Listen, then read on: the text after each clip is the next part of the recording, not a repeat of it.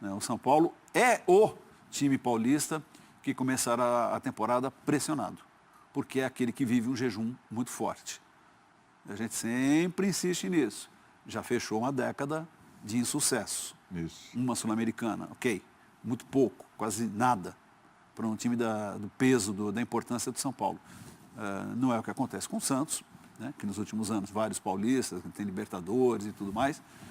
Também não é com o Corinthians, que ganhou tudo. Também não é com o Palmeiras, que tem 2 brasileiros, tem uma Copa do Brasil, 2 Copas do Brasil, nesse mesmo período em que o São Paulo não ganhou nada. É isso. Né? Ô, Geode, quer ir lá pro telão? Vamos lá. Quer? Vamos. Que patamar está o São Paulo? Responde essa pergunta também indo pro telão. O patamar, assim, de potencial, né? Eu acho que potencial. isso é importante a gente dizer. Que quando a gente fala de patamar aqui, sobretudo para um time que contratou jogadores importantes, a gente está falando do potencial em que ele pode chegar. E que a gente não sabe se vai chegar ou não ainda. Mas eu vejo hoje o São Paulo, depois dos principais, agora está no patamar seguinte ali. Principais, eu digo, o Palmeiras, o Flamengo, acho que esses, como disse o Antero, continuam tendo mais elenco do que o Palmeiras, do que o São Paulo.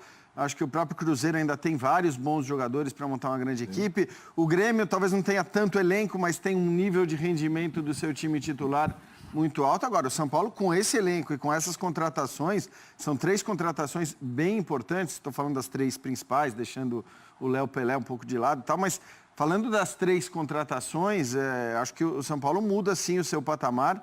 É até engraçado, porque outro dia a gente estava fazendo linha de passe, que até é gravado, e a pergunta era: quem começa a temporada mais preocupado?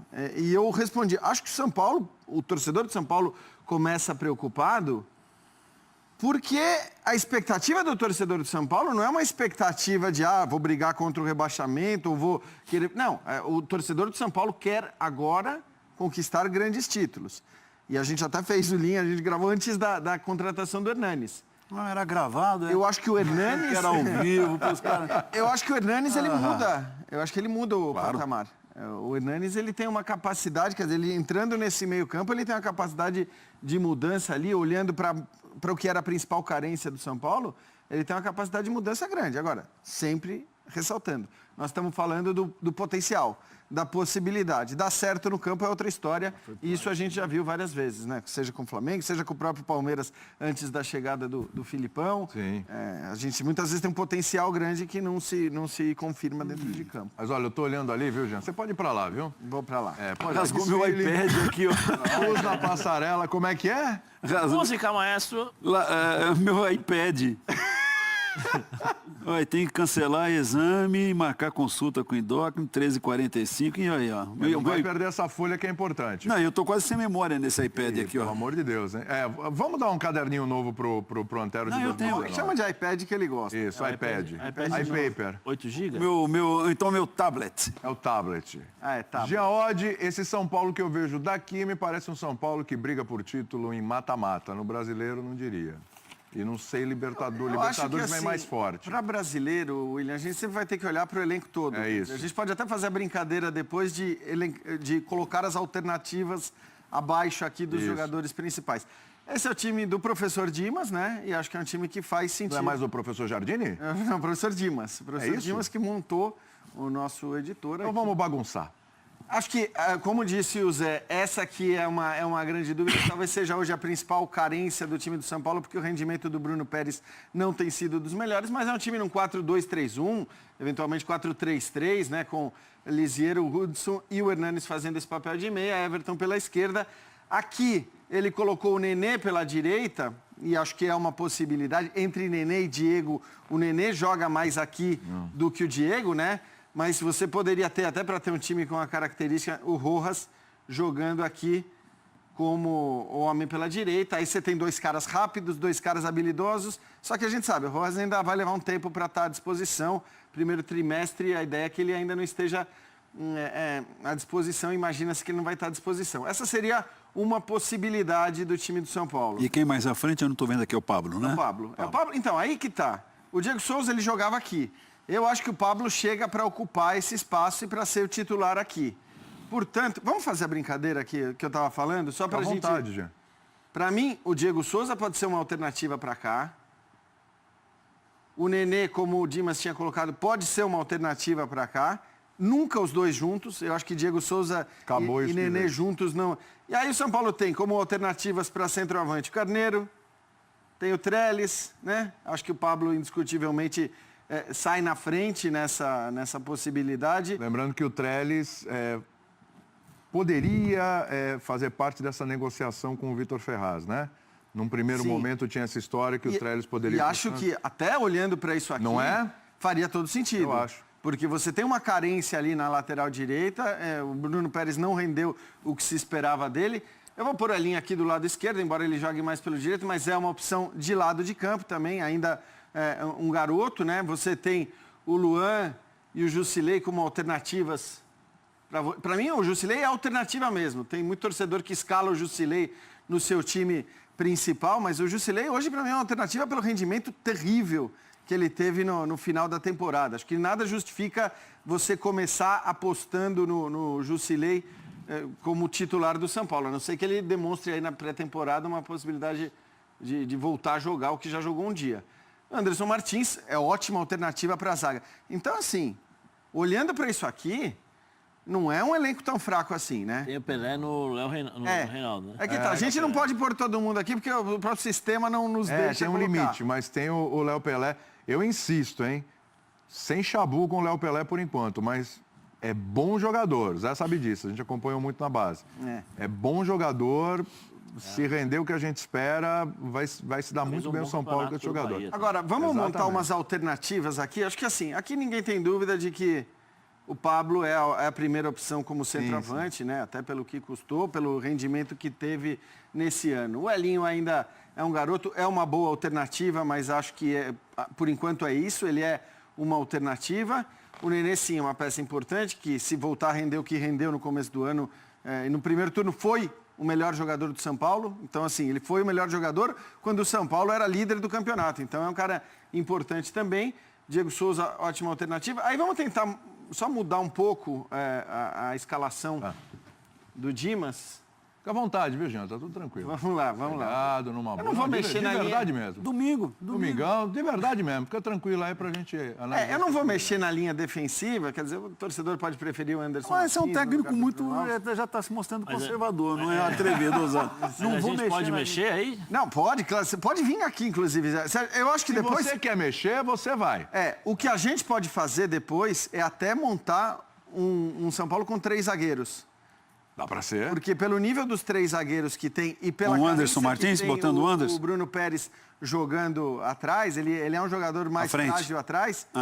Atrás ele é mais frágil. O Jardine usava muito disso no Júnior, né? Sim. Começava com a linha de 4, só que ele jogava o liseiro por dentro e aí mexia e deixava com 3 zagueiros, né? E usava 3-5-2. Você quer uma alternativa mais ofensiva do que essa? Eu acho que não é uma alternativa para você jogar contra Palmeiras, contra Flamengo, mas você pode ter, por exemplo, São Paulo jogando num 4-1-4-1, deixando o Hudson aqui na frente, você ter o Hernanes no meio como um segundo homem de meio campo, que eventualmente vai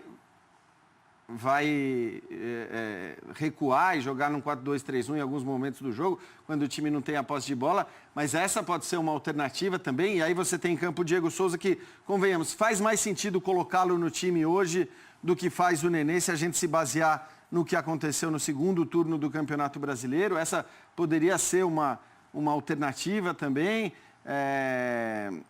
Enfim, eu acho que varia muito e vai depender muito do adversário que o São Paulo vai enfrentar, né? Quer dizer, claro que um time como esse, acho que para mim ele tem mais dificuldade de jogar contra equipes mais poderosas. Aí faz mais sentido a escalação com o Hudson ou Jusilei e o Lisieiro, né? 2 desses 3 volantes, mais o Hernanes como meia, talvez sem ter o Diego Souza ou tendo o Nenê aberto e sem o Rojas. Enfim, vamos só fazer uma coisa aí, Jean. O Everton foi um problema. Não do ponto de vista técnico, do ponto de vista físico. Foi um problema. Não tê-lo foi o problema, exatamente. Né? Do ponto de vista físico. E a gente sabe que isso tem acompanhado a carreira do Everton. Vamos supor, então, que o Everton se machuca. Tomara que isso não aconteça, pelo amor de Deus, é um jogador e tudo, mas vai que ele se machuca, fica um período fora. Tira o Everton, como é que fica agora? Então, aí acho que você tem que ter sempre as 2 alternativas, né? Uma alternativa mais defensiva, que seria, por exemplo, com o Lisieiro jogando aqui no meio-campo, né? Você jogando aí pode ser num 4-3-3 e você pode até ter o Lisieiro aqui, o Hernanes jogando mais próximo até dos volantes do que jogaria numa outra situação. Você ter o Diego Souza jogando junto com o Hernanes, eu não acho isso impossível. Eu acho que o Diego Souza não joga junto com o Nenê, aí para mim não joga mesmo. E aí você tem o Pablo e o Rojas, por exemplo. Você tem um atacante mais fixo na área, um outro que se movimenta, né? Você tem a chegada do Hernanes também, você tem o Diego Souza que não se movimenta tanto e não ajuda na marcação, mas com esse trio de meio-campistas acho que é uma possibilidade. Eu acho que, sinceramente, o São Paulo agora tem margem para trabalhar, para procurar um melhor esquema tático, para alternar de acordo com o adversário. Acho que isso faz todo sentido, até você considerando a diferença de qualidade dos adversários. Esses dois jogadores que chegaram, com os dois, você acha que deu toda essa mudança? Nós estamos falando de um goleiro e acho... Não, o goleiro, é que assim, não estou contando o goleiro. Eu acho que sim, claro, Antero, como a gente está falando, nós estamos considerando que o Pablo... Sim. Né? Não, que os dois vão vingar. Quer dizer, o Hernanes vão vingar. O Hernanes, acho que existe uma confiança muito grande do torcedor no Hernanes, porque ele mostrou que merece essa confiança pela última passagem que ele teve. E ele é um jogador que pode atuar um pouco mais recuado, não acho hoje que tenha condição de fazer aquilo até que ele gostava de fazer no começo, de ser volante mesmo, né? De ser um segundo volante. Não vejo muito ele jogando num 4-2-3-1 como segundo volante hoje fixo, pelo menos para determinados jogos. Acho que não dá, para outros é possível, mas eu acho que sim, que as contratações fizeram com que o São Paulo pudesse ter uma... E assim, mesmo se a gente quiser, a gente pode pôr o Elinho, entendeu? Para manter a questão da velocidade, aí o Elinho e o Rojas podem alternar. Claro, também estamos falando de um Rojas que nos 3 primeiros meses não vai estar presente. Mas eu vejo hoje o São Paulo bem mais estruturado para disputar competições. Eu te fiz essa observação pelo seguinte, que é curioso, né? A gente fez até críticas, restrições ao São Paulo e agora, se olharmos para o que tem neste momento, é muito pouca diferença de nomes, são 2. Aí a gente então chega à conclusão que o elenco não era tão ruim assim. É que eu acho que assim, quando você contrata 2 titulares, né, Antero? Você está contratando 2 titulares, porque o Pablo e o Hernanes são 2 titulares. Tá. Você também tá ganhando alternativas, que é o caso do Diego Souza, né? O Diego Souza era o cara que tinha virado esse homem aqui, né? O Diego Souza era só isso, não tinha mais a questão. Eventualmente, quando entrava durante o jogo, entrava o Trellis ou entrava o Carneiro, ele poderia mudar, mas ele vinha jogando ali. Então, você ganha uma alternativa importante, né? Você não conta com o Hernanes no jogo, você pode ter o Diego Souza, enfim. Eu acho que muda bastante, sim, o São Paulo com essas possibilidades. Eu queria só tentar montar o time com 3 zagueiros. Botar o Anderson, aí você adianta o Bruno Pérez e o Reinaldo? Então, aí a gente pode ter... Quem vai cair fora? Porque aí quer ir lá mexer? Não sei mexer com esses negócios. o meu é esse aqui, o meu tablet é esse aqui, ó. Eu acho até que... Aí quem sairia? Então, aqui vamos pôr de volta o Everton, né? Porque é sacanagem deixar o Everton fora. Fora. Sim, foi só para entender o que acontece. Reinaldo, Hudson, Hernanes, Rojas, Pablo, Everton. Nessa formação... Você tem... Acho que assim, se justifica muito pela fragilidade do Bruno Pérez defensivamente. É claro que se o Vitor Ferraz chegar... É o que está faltando. Está faltando um aí, não está? Aí eu acho que... Tem 10. Não, 3-4-3. Tá certo, 3-4-3. 3 zagueiros, 4 no meio. Não, tá certo. Tá. E os 2 atacantes abertos com o centroavante. Tá certo. Aí, claro, esse é um time que eu acho que ele até... Talvez aqui fizesse até sentido você ter o Nenê, para que você não tenha só os caras de lado de campo, né? Porque se você tem Reinaldo, Everton, Bruno Pérez e Rojas, você acaba esvaziando demais ali o meio do campo. E o Nenê, ele faz mais esse trabalho descentralizado do que faz o Rojas, por exemplo, né? Que é um jogador mais de beirada, assim como o Everton. E quando você joga com 3 zagueiros, a tendência é que os laterais acabem subindo bastante, os alas subam bastante, né? Então é interessante você ter um jogador que possa centralizar para que o lateral, para que o ala suba. Então, acho que seria uma alternativa aí, mas, é claro, são opções, são alternativas, mas é interessante para a gente notar as possibilidades que o Jardine passa a ter com a contratação de 2 jogadores importantes. Olha, embora o São Paulo ainda procure um volante. Sabe qual é a minha curiosidade agora? É o seguinte, depois de tudo que aconteceu com o Nenê, no ano passado, que a gente sabe. E com tudo que o Jean montou aí de possibilidades, e o Jean deixou claro, falou umas 3 vezes, não dá para jogar agora, não dá. Diego Souza e Nenê junto, não dá. E em alguns momentos deixou os dois no banco ali, o que é bem viável, inclusive. Sim. E sua primeira colocação aí foi sobre administração de elenco. Sim. Né? É uma situação para... O Diego Souza, no primeiro momento, não parece que deu problema quando ficou em reserva e tal, mas o Nenê ficou insatisfeito. Mas o Diego Souza só foi melhorar depois que teve a possibilidade de saída para o Vasco. E a conversa com a Aguirre. Aí não deu certo porque o Vasco não tinha questão financeira, não tinha dinheiro para comprar, né? Aí sentou e conversou com o Diego Aguirre. Aí conversou e tal, e depois aí o Diego mudou a forma de jogar, vamos dizer assim, um pouquinho mais de vontade, e aí passou a ser se tornou um cara mais importante para a equipe. Vai ter que ter uma conversa com o Nenê, né? Não, ontem, com esse novo cenário. Ontem, quando eu falei sobre administração, ontem a gente estava fazendo o programa, eu falei exatamente isso. Nesse momento, com todos esses nomes que estão chegando, é muito importante, e vai ser muito importante o seguinte. Raí. O Lugano, acho que o Raí deixou muito claro que o Lugano pertence à questão institucional do clube e tal, que não é para falar tanto de futebol. Relações institucionais. Posso voltar, professor? Tá cansadinho? Pode voltar. Volta aqui, volta. Também, não quer mexer mais lá? De repente, se o Zé quiser brincar, a gente pode voltar. Posso fazer algumas alterações? Vai lá. Deve. Então, aí, o que vai ser muito importante agora para o Jardine é o seguinte, o Jardine vai ter uma pressão muito grande por conta da chegada desses jogadores. Aí entra o trabalho do Raí. Chamar todo mundo no grupo. Seguinte, estamos montando um time forte. Hoje você joga, amanhã não. Estamos claros? Não quero ver biquinho. Não, sou eu, professor, como o Nenê fez algumas vezes. Quando saiu irritado. Não pode ser assim. E principalmente o Nenê, pela qualidade que tem, que já provou que tem qualidade, né? Ele pode ser um exemplo excepcional para os garotos que estão chegando, por exemplo, para o próprio Luan, tem o Elinho. Né, os caras olharem para o Nenê e falar, pô, o cara entra, sai, joga, decide e tal. Pô, eu também posso ser assim, eu posso me tornar um cara importante para a equipe do São Paulo dessa forma. E o que o Nenê pode fazer é isso. Entender a situação. Ele também tem que entender que com 37, ele vai fazer 38 anos, se eu não me engano, acho que são 38 anos. Acho que sim. Com 38 anos, por mais que ele se cuide, que eu acho que ele se cuida, que ele é um cara, né, é profissional ao extremo, ele não vai aguentar jogar todas as partidas no mesmo nível. Não vai, eu torço para que ele consiga, mas não vai. Você joga aqui quarta-feira em São Paulo, depois você tem que ir para o Rio, do Rio você vai para Fortaleza jogar contra o Fortaleza, depois você tem que voltar para cá, depois você tem Libertadores. Tem uma série de jogos e o desgaste é muito grande. Por isso que eu acho que tem que ter essa conscientização. E é o seguinte, o jogador atende por 2 coisas.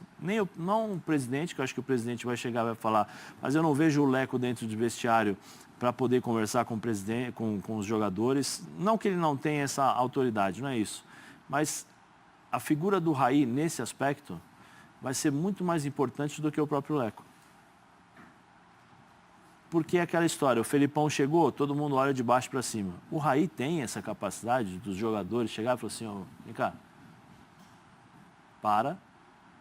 porque o São Paulo é mais importante do que você. Entendeu? Eu acho que isso vai ser importante para o Jardine poder trabalhar e para esse elenco que nós estamos vendo agora, que tem boas peças, que tem um elenco forte, poder se tornar mais forte ainda. Porque no dia a dia você vai construindo um elenco forte. Você pode ter as peças, mas se você não souber... É igual o Lego, né? Você tem o Lego lá. Tem o Lego. Você tem uma nave do Star Wars. Pô, legal, tal. De repente, você monta um barquinho do Titanic. Mas é verdade. Se você não tiver um comando, se você não tiver uma direção, se você não seguir as instruções, você monta errado. E isso dá errado. E o final é errado. E a gente sabe que o São Paulo, o próprio professor Antero aqui falou, vive de um jejum de títulos importantes há quanto tempo? Há quanto tempo o torcedor do São Paulo não quer gritar campeão brasileiro, ou campeão de Libertadores, ou campeão de um torneio importante? Né? Vai ter essa cobrança. O Campeonato Paulista, por toda a desvalorização que teve, o torcedor do São Paulo quer 2005, ser campeão. último. Não quer ser campeão? 2000, é verdade. 2005. Então vai ser muito importante o trabalho do Raí nesse aspecto, de mostrar que o São Paulo é maior do que todos os jogadores que estão no vestiário. Sim. São Paulo, bom, aqui a minha memória não tem. O São Paulo ficou 14 anos sem ganhar a Paulista, não teria que ver. talvez bem lá atrás, muito lá atrás, hein? Na época do Morumbi, da construção do Morumbi. Só foi entre o fim dos anos 40 e começo dos anos 60. Pra checar. Ô, Baruel, você que está na produção, o São Paulo já ficou 14 anos sem ganhar um título paulista? Checa aí, vê se é possível, por favor. Na década de 50 até 60. Ele já está checando. Quer ir lá no telão? Não, só para uma outra coisa, observação. Não, sim.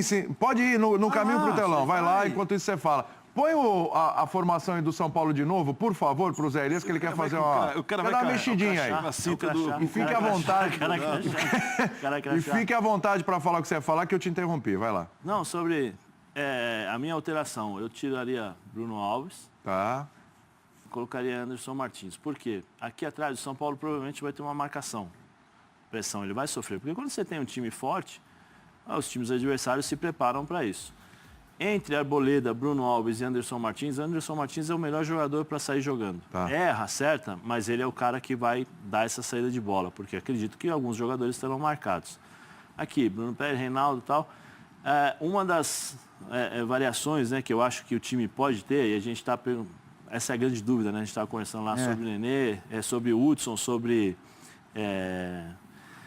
Lisieiro ou o próprio Luan. Dependendo da situação, eu acho que o time do São Paulo pode jogar dessa forma também. Né? Aqui, ó. E eu começaria com esse jogador aqui. Cadê? Esse aqui. No lugar do Nenê. Tá. Porque o que acontece? Quando você tem o Nenê... Aqui, é Linho. É Linho. Quando você tem o Nenê, você tem uma característica. O Nenê está aqui, o Nenê dificilmente vai vir para a linha de fundo. Até pela perna esquerda. O que ele vai fazer? Vai vir por dentro. Onde vai entrar o Hernanes? Aqui. Direito.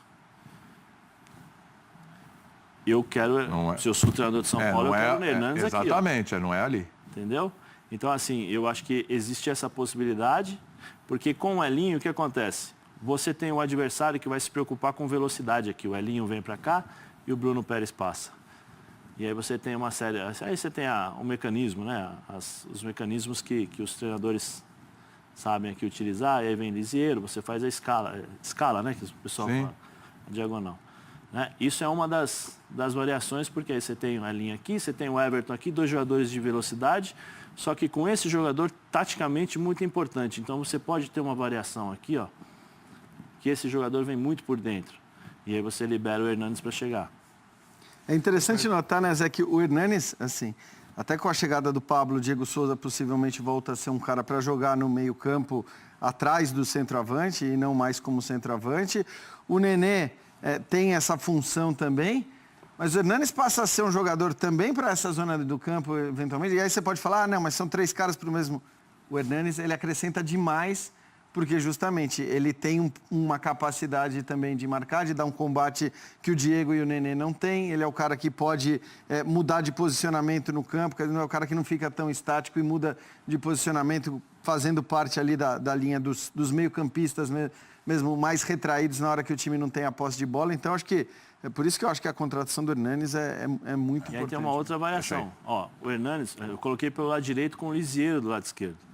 Pela facilidade que esse jogador tem de voltar para ajudar na marcação, o que acontece? Você centraliza o Luan para fazer a função do Jusilei, que eu acho que o Jusilei perdeu muito campo por conta da qualidade desse jogador. Né? O porquê do Hudson? Eu acho que o Hudson, estava conversando com o Jean, o Hudson, entre Hudson e Jusilei, eu acho que o Hudson é mais dinâmico. É um jogador que acelera um pouco mais o ritmo, tem mais intensidade que o próprio Jusilei. E não que não tenham qualidade, não é isso, mas para jogarem juntos, esses 2 jogadores, né, Lisieiro aqui pelo lado esquerdo, né, eu acho que eles são muito jovens para formar um meio-campo. Não que eles não tenham condições, não é isso. Eu acho que eles são muito jovens para suportar o ano inteiro do São Paulo. Eu acho que aí por isso é importante você ter um jogador um pouco mais experiente. Por quê? Porque num momento de pressão, o Hernanes, eu acho que o Hernanes vai ser muito importante aqui. Eu estou trabalhando com a possibilidade desses 2 jogadores no meio campo. No momento de pressão, esse aqui ou esse aqui vão falar, Luan, joga a bola em mim. Tranquilo, se posiciona, deixa que eu estou aqui do teu lado. Eu acho que isso é muito importante para esse jogador aqui evoluir do jeito que ele, nas categorias de base, é um ótimo jogador. né? Então, acho que essa é uma das variações. E uma outra variação, quando o Jean tirou o Everton, e aí aqui, ó, o Pablo, Diego Souza. Porque o Pablo também faz o lado do campo. Também faz lado, sim. Né? Verdade. No Atlético Paranaense ele fazia isso, e ele fecha em diagonal aqui para bater. Então, o São Paulo tem muitas variações. Tem isso muitas é importante. coisas que o Jardine pode fazer dentro de um próprio jogo, do próprio jogo. E o Jardine vai ter...